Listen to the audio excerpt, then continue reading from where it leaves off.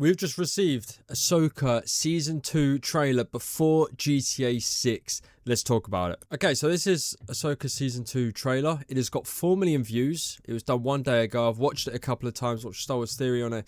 And I just wanted to cast my opinions on this. I do have some negatives and positives, like always. But let's watch it in real time together. And for anyone that hasn't or has, then yeah, we'll just watch it together. Tell me, Ahsoka. What troubles you?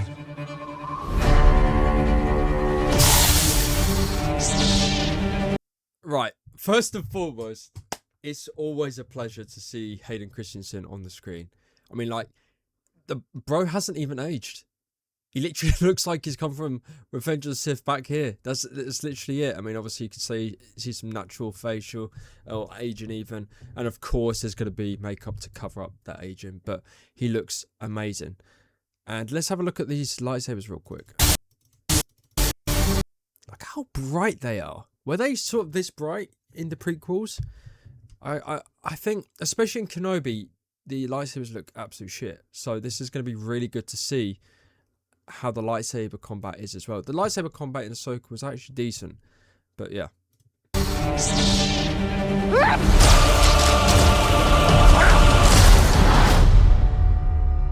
I'm always walking by your side.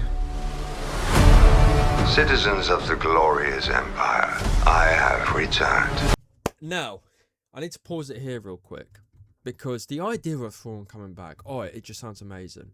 The comics from the 90s, like Heir of the Empire, then Disney comics, people had mixed opinions on that, but he was still fairly much dominant, strategic, very analytical sort of thinker. And then when it came to Ahsoka, he just seemed like a dud. Like, nothing happened. He was outsmarted all the time. And it didn't feel like he had that presence that he was going to take over the galaxy or do some real harm and damage to the characters we sort of love. And it's going to be really telling to see what he does in this season because, yeah, there was a lot of hype on Ahsoka Season 1, for me anyway, until I watched it and I was like, okay, this actually was okay, but it wasn't great. Now, it's cool and all to see Anakin is talking with Ahsoka here, but my problem lies with, is he not talking to his son? Like, what's happening with Luke? Luke Skywalker, literally, like, the main character next to Anakin and Darth Vader, he has just been pushed to the shelf to collect dust. Like, we need some interaction with him and Anakin. We really do. But anyway, moving on. I took an oath to protect the empire. I therefore declare war on the Let's go back real quick. I just want to see what is in that room because that room looks really cool. So to the right, we've got some ancient sort of findings. To the left, we've got some ancient sort of findings. Ones that probably mean something, but at the moment it's not grasping my mind. War of the Rebel Alliance.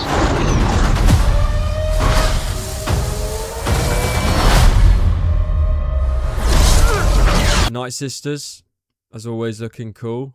Yeah, it's gonna. And also, what Theory said in his live stream, which was actually kind of cool, was that there could be some link here with Jedi 3. I don't know what they're going to call it, but Jedi Survivor 3, where Merrin, I think her name is, and obviously Cal Kestis, how is that dynamic going to work? Because they're going to call Merrin back. Is he going to be on board with that or not? I don't know. Maybe it's something that happens. Out of vision. What did you see? More and more danger than I thought. Yeah, let's cover it. Okay, there's probably going to be a bit of division here with... I totally forgot her name. That's Sabine. Sabine has got Force. She's Force sensitive. She has the Force. And again, this is something that is for one reason or another, whether it's to check boxes or whether it's just pure story. I don't agree with it, to be honest. I mean, the fact she's already Mandalorian is sort of similar to the Grogu kind of thing, but we just need variety. We don't need more Force-sensitive people because the way the Force was dished out in the original trilogy and the prequel trilogy was that, you know, you had to have a certain kind of gift. Yes, George Lucas said anyone could wield the Force, but it would take a lot of time. Did we see Sabine take a lot of time with her training? I don't know. I'd argue that we didn't. I just don't think she needs to be force sensitive. I don't know. I could be completely wrong on that. I'd love to hear your comments on that. But yeah. Balin claimed to have knowledge of a power. Master! Now, what Anakin could be referring to here with the power, and I think he goes, we'll play the clip one more time. Power. Master! One that could end wars.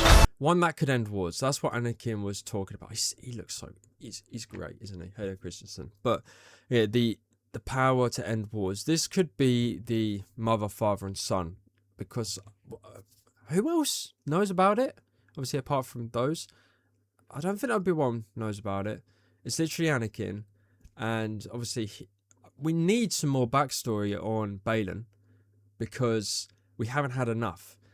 How does Anakin know Balin? You know, what does he know about him? We really need to broaden the scope of knowledge about what character Balin is. He is a very methodical and I guess someone that is mysterious. We don't know a lot about him. So it'd be really good to, you know, have some clarity on that in season 2. Master! One that could end wars.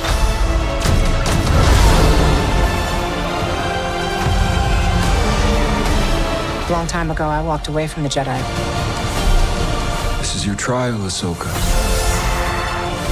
Take your time to decide. Are you a Jedi? Or not? There's one problem. There's one huge problem with this whole thing. I don't know if you may have got it by now or not, but it's the fact that it's on TV. Something that has this many main characters in, of course, albeit most of them are from TV shows. You have this guy right here. This needs to be on the big screen. It needs to be in the cinema. Yet, it's going to be on the TV. It's just, factually, it's not the same. And I'm really frustrated that the movies we're seeing has nothing, you know, it doesn't have Anakin, doesn't have all of this fighting on the big screen. I'm gonna make another video on Starfighter, but yeah, what do you guys think about this? I think season 2 is gonna be really cool. When does it come out? It comes out January 20th. A lot of stuff is gonna be happening around the end of 2026, start of 2027. But I feel like this is going to be good. It has to be good because the first season did flop a little bit in my opinion. It was very underwhelming. And again, if you play this sort of stuff on the big screen, it doesn't feel as underwhelming. And so I hope it really deals good storyline, it deals good choreography, and is what us, the community and fan base, wants. So we've got Anakin. The thing is that you can't just use Anakin and be like, yeah, that's it. You know, it should be good because he's in there. There has to be good storyline, and he has to be utilised well, especially as someone who's such a pivotal character, literally the main character in the entire storyline. But anyways, let me know what you guys think in the comments. Do you agree with my points? Do you disagree? And I'll be very keen to hear and see what you guys think.